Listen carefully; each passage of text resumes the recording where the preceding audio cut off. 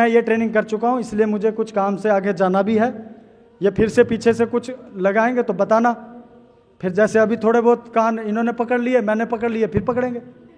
लेकिन हाँ, नहीं रिकॉर्डिंग तो आप बहुत सारी चीज़ें छुपाते भी हो, वो तो आप पता है हमको, वो ज़्यादा पता है क्या करना है क्या नहीं, वो डालेंगे, अच्छी बात है।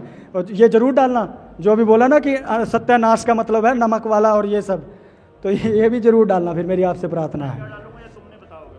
क्या मैं तय करूंगा मैं क्या डालूंगा। अभी देखो खुद ही मुकर रहे, कह रहे मैं जो डालूंगा तुम मत बताओगे, फिर मुकर गुरे हो, मुकर गुरे हो भाई। बैठिए आनंद भाई, ठीक है, देखो ठीक है। चलने दो इसको, तो देखो नहीं सुने आनंद भाई,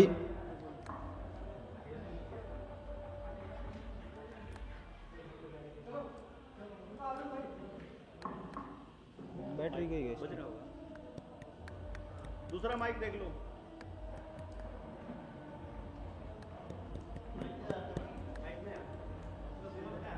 दूसरा माइक नहीं आ ऐसे ही बोल लो थोड़ा।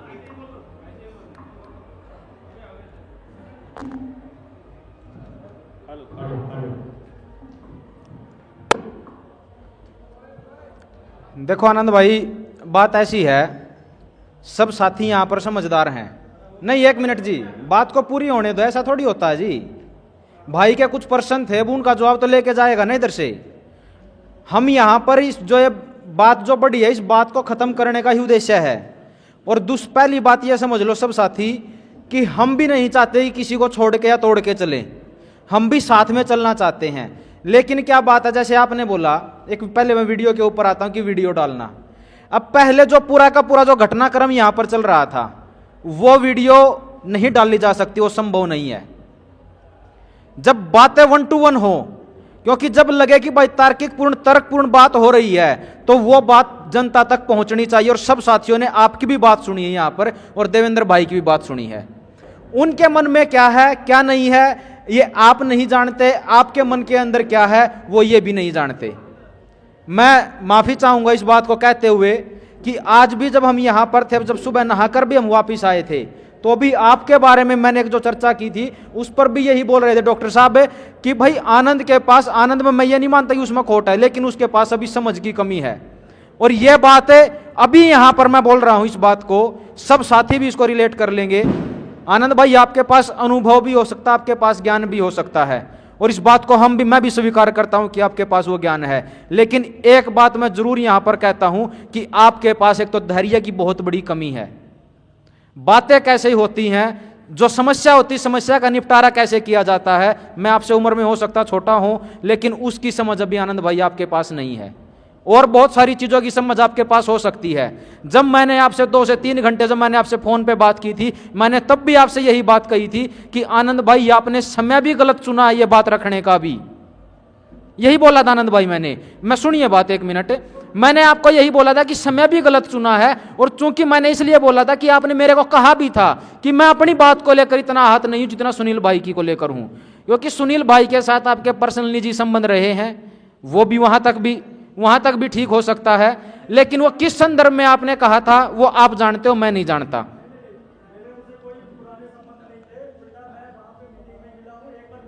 कोई दिक्कत नहीं है, ठीक है, समझ गया मैं। तो बात क्या है कि हम किसी न किसी से जुड़ते हैं, हमारी भावनाएं भी, हम भी होते हैं। और मैं जब शुरुआत में मोर्चे से जुड़ा था, मैं भी भावनात्मक जुड़ाव से ही जुड़ा था, क्योंकि जो राजीव भाई को मानने वाले लोग हैं, जैसा आपने कहा ना कि वो यहां से समझते हैं, यहां से बात करते हैं, वो मैं भी यहीं से जुड़ा था। और जब मैं जुड़ा था तो एक बात, जब एक घटना ऐसी घटी थी कि मेरी भावना आहत हो गई थी। जैसे ही मेरी भावना आहत हुई तो मैं मोर्चे के बारे में यह सोचने लगा कि मेरे को साथ मिलकर चलना चाहिए नहीं चलना चाहिए। लेकिन जब मैं एक विचार पे आके जुड़ा, बहुत सारे साथियों ने भी ये भी बात बोली कि भाई, और अब भी चल भी रहा है सोशल मीडिया पे भी, आप भी देखते होंगे कि भाई ये भी उन्हीं लोगों का मेंबर है जो ये पूरे का पूरा षड्यंत्र रचते हैं, चलता है ये। लेकिन मैं एक बात बोलता हूं हमेशा कि जब तक ये सही हैं तब तक साथ में चलना हमारा अधिकार है, हम बनता है इनका साथ देना। लेकिन जिस दिन ये गलत हो गए उस दिन विरोध करना भी बनता है। लेकिन उसकी बात यह है कि पहले उसके बारे में हमारे को पूरी समझ होनी चाहिए कि भाई वो किस संदर्भ में हुआ है। कई बार मेरे पास भी बहुत सारे साथी ऐसे आ जाते हैं, बोलते हैं मेरे को खुद भी निजी तौर पर आकर कि मैं कई बार साथियों से कड़वा बोल देता हूं कि जब ये लोन वाला जो मुद्दा उठा था, पहला ताला मैंने ही तोड़ा था इस पे, और इसकी शुरुआत 25 जून 2023 से हुई थी। तो जब इसके ऊपर चले थे तो वहीं से मैंने एक चीज इसके ऊपर ये यात्रा शुरू की। ये यात्रा शुरू करने के बाद इतना जरूर निर्धारित कर लिया था कि भाई ये जब तक सही लगे तब तक इस पे साथ चलो। मुद्दा सही था, इसके लिए इसको पकड़ के चले थे। लेकिन जब हम इस पे चलने लगे तो सारे साथी हमारे ऊपर निर्भर होने लगे थे कि भाई ये ही करेंगे जो भी करेंगे। और बहुत सारे साथी आते गए। अब वो ये भी बोलते हैं कि भाई आप हमारे पोजीशन पे आओ, तो मैं साफ सीधे मना करता हूं। उसके मना करने के पीछे एक ही बात बोलता हूं कि आपको कुछ समय के लिए बुरा लग सकता है, लेकिन अगर आप लंबे समय के लिए अगर जो उसको अपने दिमाग में चिंतन करोगे तो आपको मैं सही लगूंगा। क्योंकि सच्चाई जरूरी ना हो मीठी हो, कड़वी भी हो सकती है।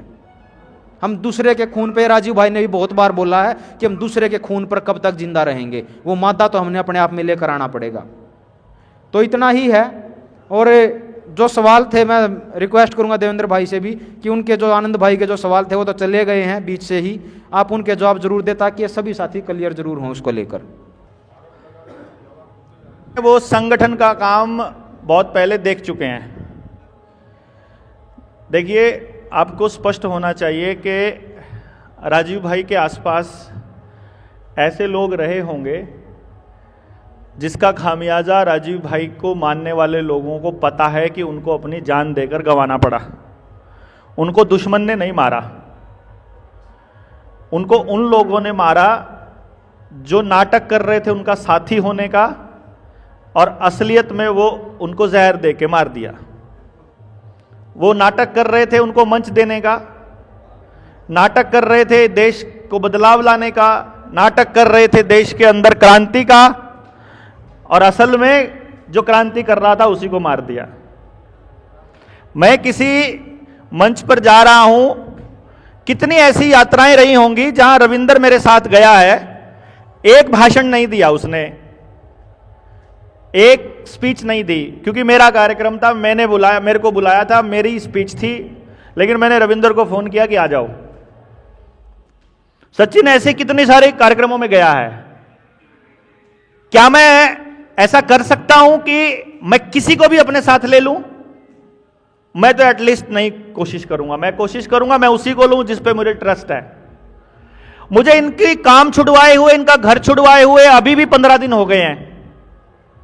घर भी छोड़े हुए हो गए हैं, पत्नी से बात भी नहीं होती है, रोज रात को तेज बुखार हो रहा है और बुखार में ही बोला जा रहा है, सारा बुखार में ही चल रहा है। पिछले 5 दिन से तो इन सबको साथियों को मालूम है।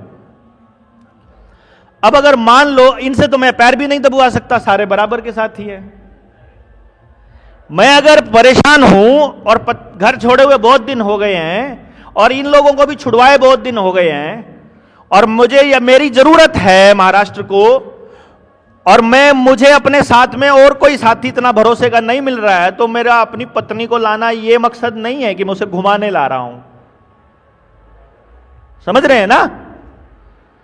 मैं अगर ट्रेनिंग में अपनी पत्नी को ला रहा हूं और ट्रेनिंग के टाइम पर अभी 9 बजे शुरू हुई है, 3 दिन ट्रेनिंग करके तीसरे दिन वापस निकल जाएंगे, तो मैं महाराष्ट्र घूमने आया हूं क्या?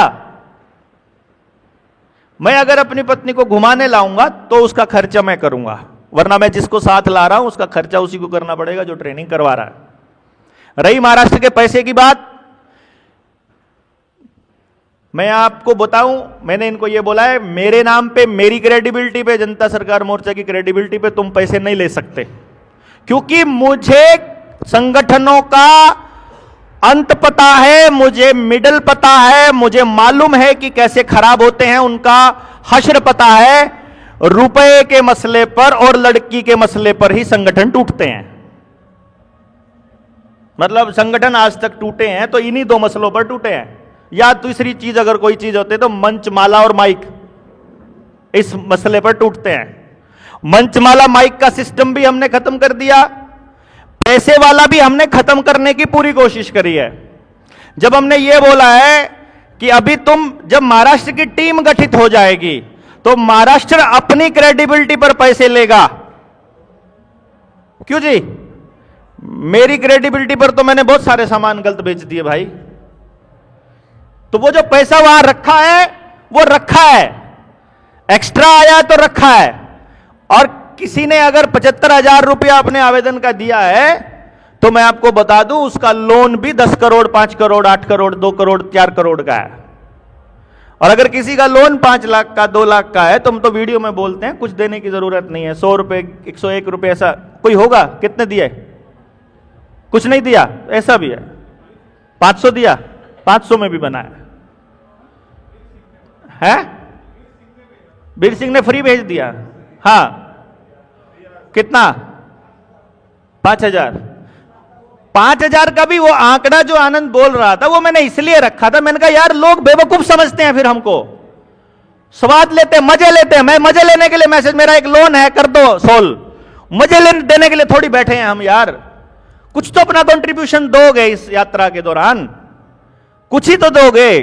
मेरे को मैसेज आता है वहां से, मेरे को टीम का मैसेज आएगा कि देवेंद्र भाई दिन में आज, मैंने पूछा उनसे कि ये खर्चा आया हुआ है, मैं टीम निकाल दूंगा, 200 लोग मुझे 200 टीम निकालनी है पूरे भारत, पूरे हरियाणा के अंदर। अगर तो 1000 रुपया भी कैलकुलेट करोगे, 2 लाख रुपया रोज का चाहिए हमको समाज तक जाने के लिए, समाज को समझाने के लिए। 2 लाख रुपया रोज का। मैं बोलता हूं कितने का आवेदन बन गए हैं, अगर आवेदन की ही राशि को देखें, बोला 15 बनाए हैं आज, जिसमें से 14 फ्री के हैं या 500 वाले हैं। ना वो फ्री वाले ट्रेनिंग में आते हैं, ना वो किसी की कुड़की पर जाते हैं, ना वो कुछ सीखने आते हैं, ना किसी को सिखाते हैं, ना किसी को बताते हैं। और वो लोग बेचारे अपनी आंखें फड़ाते रहते हैं मोबाइल में ही एडिट कर करके। मैं कहता हूं मोबाइल इतनी खतरनाक चीज है, वो सारा दिन उसमें लगे रहते हैं। आज तक 1 रुपया नहीं लिया उन लोगों ने। उनकी तपस्या को ऐसे लोग ऐसे चुटकियों में ऐसे मसला खराब कर देते हैं। आपके लिए कुछ कर रहे हैं ना, लोन तो आपका व्यक्तिगत मुद्दा है ना। व्यक्तिगत मुद्दे पे आपसे सहयोग हमने मांगा, हम आपका सहयोग दे रहे हैं, आप हमारा सहयोग हमको कर दो।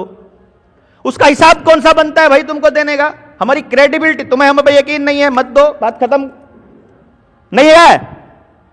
समझ रहे हैं ना बात? उसका हिसाब लेने का लॉजिक क्या है? तुमको लग रहा है ये गलत जगह पैसा जाएगा, नहीं देने की जरूरत है, फ्री में बनाया है हमने, ना दो। वो कह रहे हैं लेट हो गया, आवेदन नहीं बना तो एक आदमी ने सुसाइड कर लिया। इससे बढ़िया तो ट्रेन फ्री में टिकट पकड़ करके बिना टिकट की ट्रेन लेकर के वहीं आ जाता करनाल में। ये कौन सा लॉजिक है यार?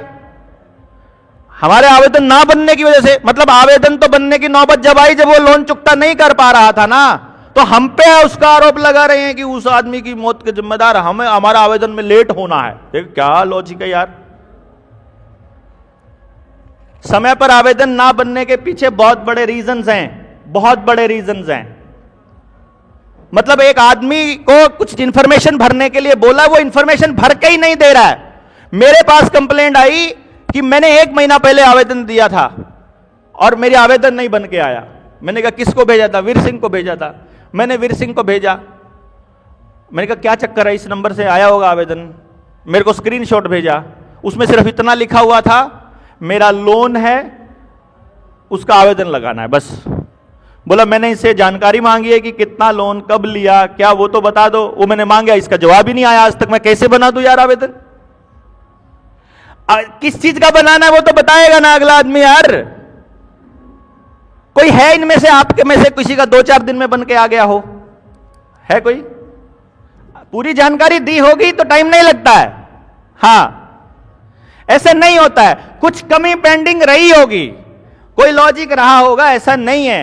वो लोग इसी काम पर बैठे हैं तो वो आप लोगों के लिए ही है।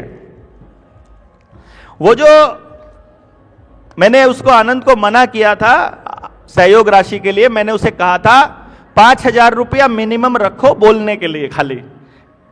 अगले की जबान से मालूम पड़ जाता है कि मजे ले रहा है कि सच में सीरियस है, इसके पास है नहीं है देने के लिए। जिसके पास नहीं है देने के लिए उससे लेना नहीं है यार। वो अगला ऑलरेडी पहले परेशानी में है ना, उसके ऊपर हम लोग कैसे प्रेशर बना सकते हैं कि तुमको पैसा देना ही पड़ेगा? ये तो कॉमन सेंस की बात है कि हम ऐसा कैसे कर सकते हैं, जो देश के लिए भी बात कर रहे हैं, समाज के लिए भी बात कर रहे हैं, कि हम उनके लिए ऐसा करेंगे? नहीं। हम बोले कि एक बार बात करके देखो, सच में अगर परेशान लग रहा है कोई बात नहीं, उसको बोलो कि ट्रेनिंग में तो आओ, कम से कम एक दूसरे के साथ तो खड़े हो जाओ। कम से कम हमारे साथ खड़ा नहीं होना, आपको एक दूसरे के साथ खड़ा होना है। मैं आपसे कुछ नहीं लेके जा रहा हूं। करनाल में तो आपको दिखाना है कि आप संगठित हो। आप यहां वालों को लिए करनाल में खड़ा होकर के, क्योंकि वो दिल्ली के नजदीक पड़ता है, तो वहां दिल्ली के नजदीक दिल्ली की सरकार को बताना आसान होता है कि इन लोगों के साथ वहां महाराष्ट्र में पंगे मत लेना, इनके साथ यहां वाले लोग भी हैं। मतलब इतना लॉजिक, वो कुछ चीजें हैं यार नहीं बतानी होती हैं, फालतू, जरूरत ही नहीं है बताने की। अगर आपको नहीं ट्रस्ट है तो नहीं आइए साथ में।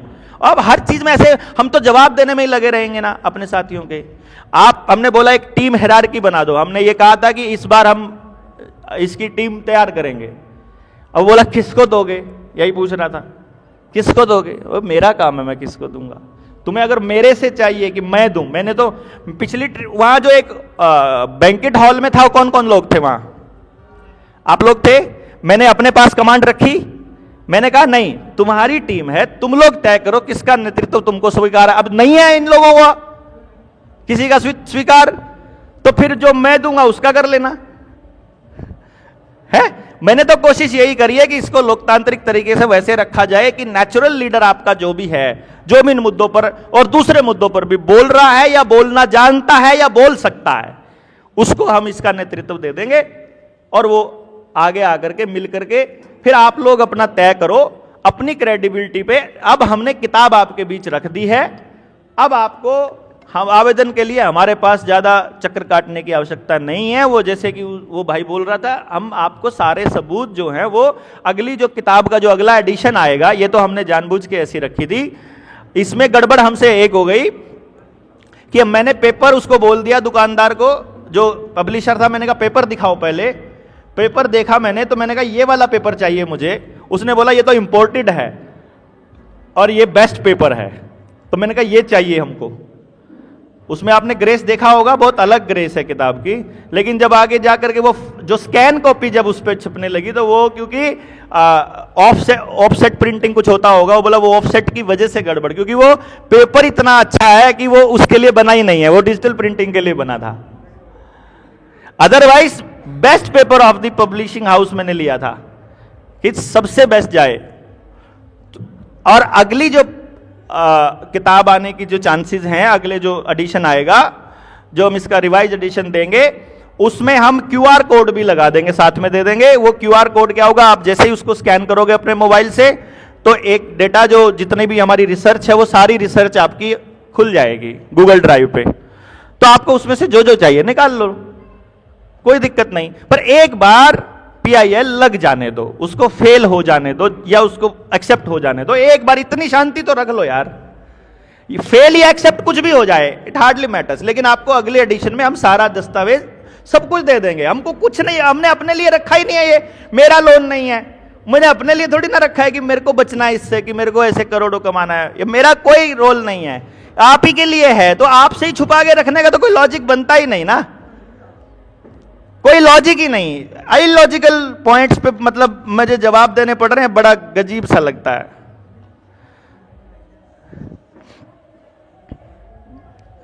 बाकी ये पक्का है कि कचरे की जड़ मैं ही हूं, ये बिल्कुल उसकी सही बात है,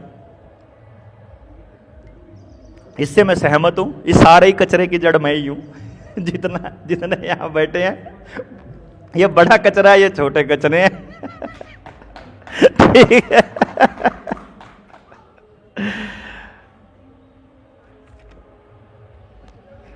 बाकी मुझे ऐसा कुछ लगा नहीं, घाटे हुए, हमको भी घाटे हुए, सबको हुए।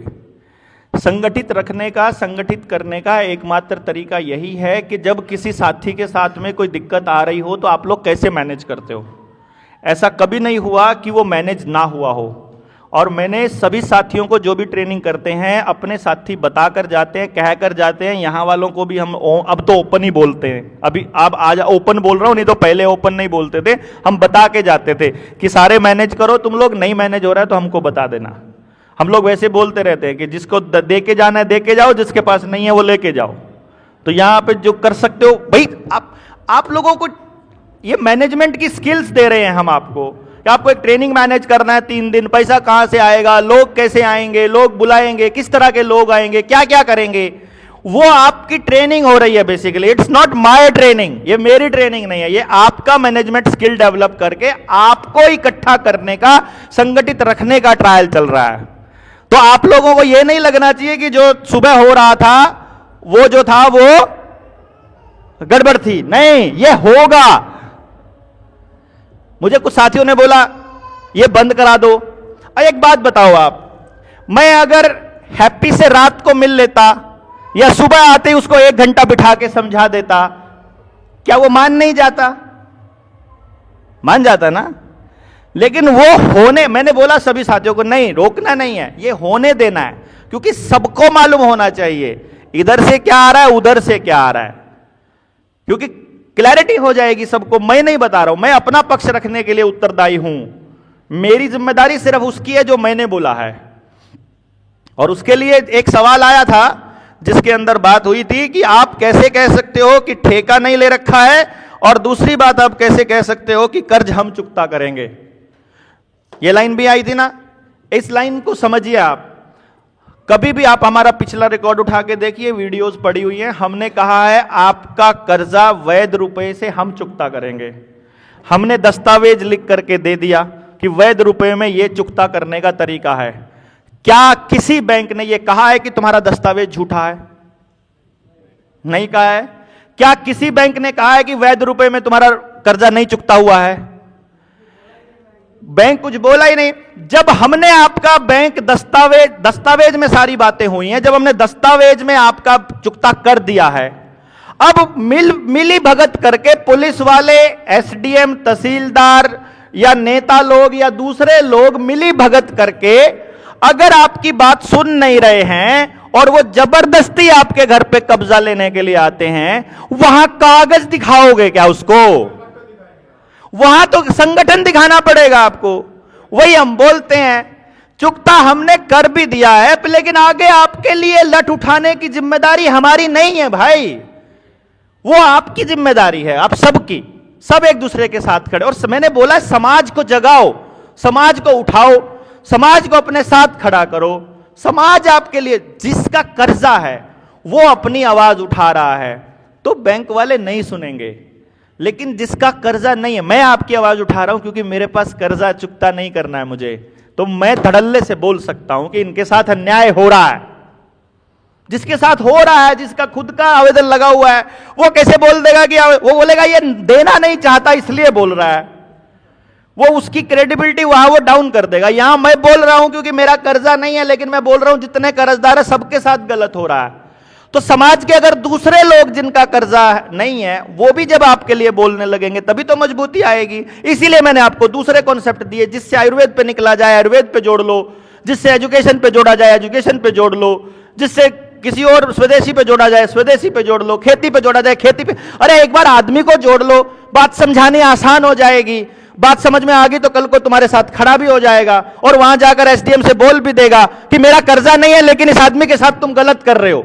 जैसे ही एसडीएम को, डीसी को वो आदमी बोलेगा जो बोलेगा मेरा कर्जा नहीं है, उस दिन आपकी ताकत डबल ट्रिपल 4 गुना हो जाएगी। पर निकल ही नहीं रहे हो आप, मैं क्या करूं बताओ भाई।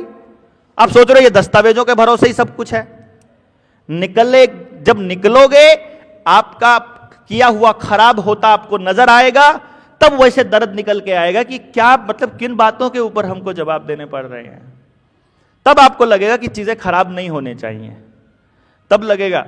मतलब अभी प्लान तो ये था कि हमको मोर्चे से निकाल दिया जाए और ट्रेनिंग हम किया करेंगे।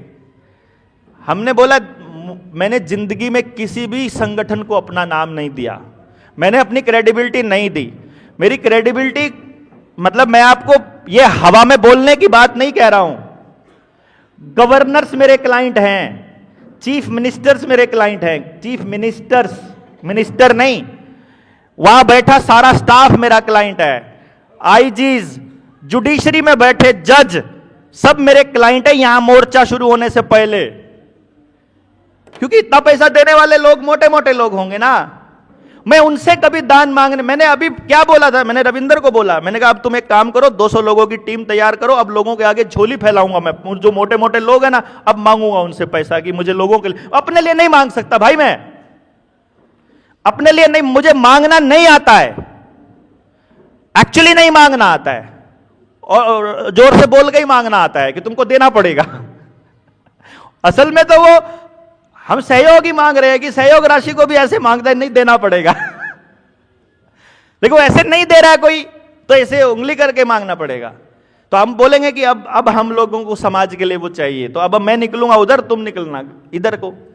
तो इसलिए इसको समझना आप लोगों को है कि भाई असल में हमने आपका आवेदन के हिसाब से, दस्तावेज के हिसाब से चुकता कर दिया है, और जो रहता है वो सिर्फ आपकी संगठन की ताकत रहती है। आप संगठन की ताकत बना लीजिए। आपको अब सच में पता लग गया है, ग्रुप में जो चला पिछले दौरान आपको क्लियर हो गया। तो जो साथी आने वाले थे और वो नहीं आए, या जो सुबह आए थे और वो दिन का देख करके वो चले गए, उनको फोन कर लो कि अब सब शांत है, अब सब बढ़िया है, अब आ जाओ, मजा आएगा, ट्रेनिंग अच्छी होगी, सब धुला धुला हो गया, बारिश के बाद वाला मौसम हो गया, ये हो जाएगा ना। उनको फोन करके बोल, बीच में से होकर जाने से ही मिलेगा, बच के भागने से नहीं मिलेगा। आपको सामना करना पड़ेगा। चीजों का सामना नहीं करोगे तो समाधान नहीं कर पाओगे।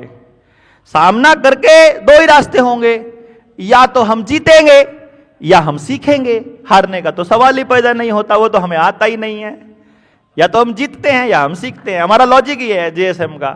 और हम तब जीतेंगे जब सब जीतेंगे। तो इसलिए हम इसको ये नहीं कह सकते कि जो इधर बैठे हमारा विरोध करे, तो हम ये नहीं कहेंगे कि इनका नहीं होना चाहिए।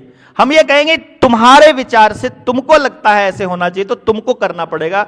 लेकिन सॉरी टू से जितने ये लोग थे, मेरा इनसे कोई लेना देना नहीं। मैं स्पष्ट कर रहा हूं आप लोगों के बीच में, भैया सारी बात हो गई, तुम्हारी बात खत्म हो गई, मुद्दा सॉल्व हो गया, सारी चीजें ठीक हो गई, तुमने हमारी मान ली, मैंने तुम्हारी मान ली, सब ठीक है। अब अपनी जयराम जी की। अब एक काम करेंगे, फिर से शुरुआत से करो, फिर से अपने आप को साबित करो। जो तुमने वहां उन संगठनों में किया था, उन संगठनों में जैसे किया था वो तुम करोगे। यहां जो जेएसएम की विंग है, जो इधर देवेंद्र बल्हारा जिस विंग को लीड कर रहा है, वहां आना पड़ेगा। तो यहां देवेंद्र के तजुर्बे से ही आना पड़ेगा, सीधी सी बात है। आपका कोई और तरीका है, आप वैसे करिए। तीसरे का तीसरा तरीका है, चौथे का चौथा, पांचवे का पांचवा। ये 5 लोग इकट्ठे होकर के लास्ट में जब मिलेंगे उस दौरे पे, ताकत बढ़ेगी। भाई जैसे हम साथी थे, हम इकट्ठे जाया करते थे गाड़ी में समझाने के लिए लोगों को। तो एक दिन गाड़ी में बैठे बैठे मैंने बोला, मैं कहा अब हम लोगों को ना लड़ाई बजा लेनी चाहिए। एक्चुअल बता रहा हूं मैं आपको, मगर आज अब अपना लठ बज जाना चाहिए। बोला कैसे? मैं कहा अब हमें अलग हो जाना चाहिए। अब हम एक जगह जाते हैं, 3 जने हैं, बराबर बोल सकते हैं, इक्वली। अब ट्रेनिंग रविंदर भी कर सकता है अकेला 3 दिन, ये सचिन भी कर सकता है, उधर विष्णु भाई भी कर सकते हैं, ये सारी ट्रेनिंग निपटा सकते हैं। तो अब ये आए कितने, 4 ट्रेनर, 4 ट्रेनिंग हो सकती थी पैरेलल में, एक ही ट्रेनिंग में बैठे हैं, तो टाइम वेस्ट कर रहे हैं। तो इनके साथ मेरी लड़ाई बजेगी तभी तो ट्रेनिंग 4 होंगी, है कि नहीं? हम अलग होंगे तभी तो 4 ट्रेनिंग होगी। तो हमें सहमति से अलग हो जाना चाहिए और हमें कहना चाहिए कि मैं इस पे बोलूंगा और इस पे ट्रेनिंग करूंगा। कुछ लोग हैं जिनको आपके कर्जे वाली टॉपिक की जरूरत नहीं है, उनको एजुकेशन वाले टॉपिक की जरूरत है, उनको आपके हेल्थ वाले टॉपिक की जरूरत है, उनको आपके आयुर्वेद की या फिर खेती वाले टॉपिक की जरूरत है। तो उनके बीच में अपना टॉपिक लेके जाइए, उनको जोड़िए। जब वो आ जाएंगे एक बार खेती वाली सुनने, तो रुपए वाला जबरदस्ती सुना देंगे, आयुर्वेद वाला जबरदस्ती सुना देंगे, शिक्षा वाला जबरदस्ती सुना देंगे। सुन लिया सारा, फिर समझ में आएगा ये तो बड़ा खेल है। आ गई बात समझ में, व्यवस्था परिवर्तन के लिए तैयार हो जाएंगे। ये थोड़ी ना है कि आपको एक ही मुद्दे पर लोग इकट्ठे करने हैं। अलग अलग मुद्दों पर अलग अलग जगह अलग अलग लोग खड़े होंगे तो जाकर के एक पूरे समाज की सोच क्रिएट होगी। सारे एक जैसे लोग इकट्ठे करने का कोई लॉजिक नहीं है। तो इसलिए अलग होना कोई बुरी बात नहीं होती, एक दूसरे की खिलाफत करना बुरी बात होती है। अलग होना तो अच्छी बात है कि जो मैं अलग हूं, मेरे को अच्छा मानने वाले मेरे साथ आ जाओ। जो रविंदर अलग है तो रविंदर को ठीक मानने वाले रविंदर के साथ चले जाओ। जो तीसरा अलग है ना, वो गंदा या खराब थोड़ी है, अलग है, वो अलग सोच रहा है। तो उसकी सोच के भी तो लोग होंगे ना समाज में, वो नहीं आएंगे मेरे साथ भाई। वो मेरे को बोलेंगे ये तो मोदी जी की खिलाफत करता है, मैं नहीं जाऊंगा इसके साथ, ठीक है। फिर तीसरा बोलेगा ये तो राहुल को भी गालियां देता है, मैं नहीं जाऊंगा। तीसरा बोलता है ये तो अरविंद को भी गालियां देते, तो सारे नेताओं को देता है। तो जो नेता वाले लोग हैं वो मेरे साथ नहीं आएंगे, तो जो इस टाइप का है उसके साथ चले जाएंगे। हमको कोई छोड़ना थोड़ी है, हमको तो समाज के हर हिस्से को लेकर के चलना है। लेकिन उसको यह समझाना है उसके जरिए कि लड़ाई अपनी कोई छोटी लड़ाई नहीं है, लड़ाई अपनी कोई ये टुचमुच लड़ाई नहीं है। बात जब व्यवस्था परिवर्तन की करें तो व्यवस्था समझ में आनी चाहिए, और जब व्यवस्था समझ में आएगी तो आपको यह भी समझ में आना चाहिए कि जब ट्रेनिंग की व्यवस्था कैसे करनी है, पहले ट्रेनिंगों की व्यवस्था कैसे होती थी, अब हमें कैसे करनी है, और आने वाले टाइम में क्या क्या चीजें होंगी, कैसे हो सकता है। जब वो सारी चीजें दिमाग में होंगी तो अब हमें समझ में आएगा कि हर समस्या का समाधान समस्या के बीच में से होकर के ही है। तो इसलिए अभी रिफ्रेशमेंट का समय आपको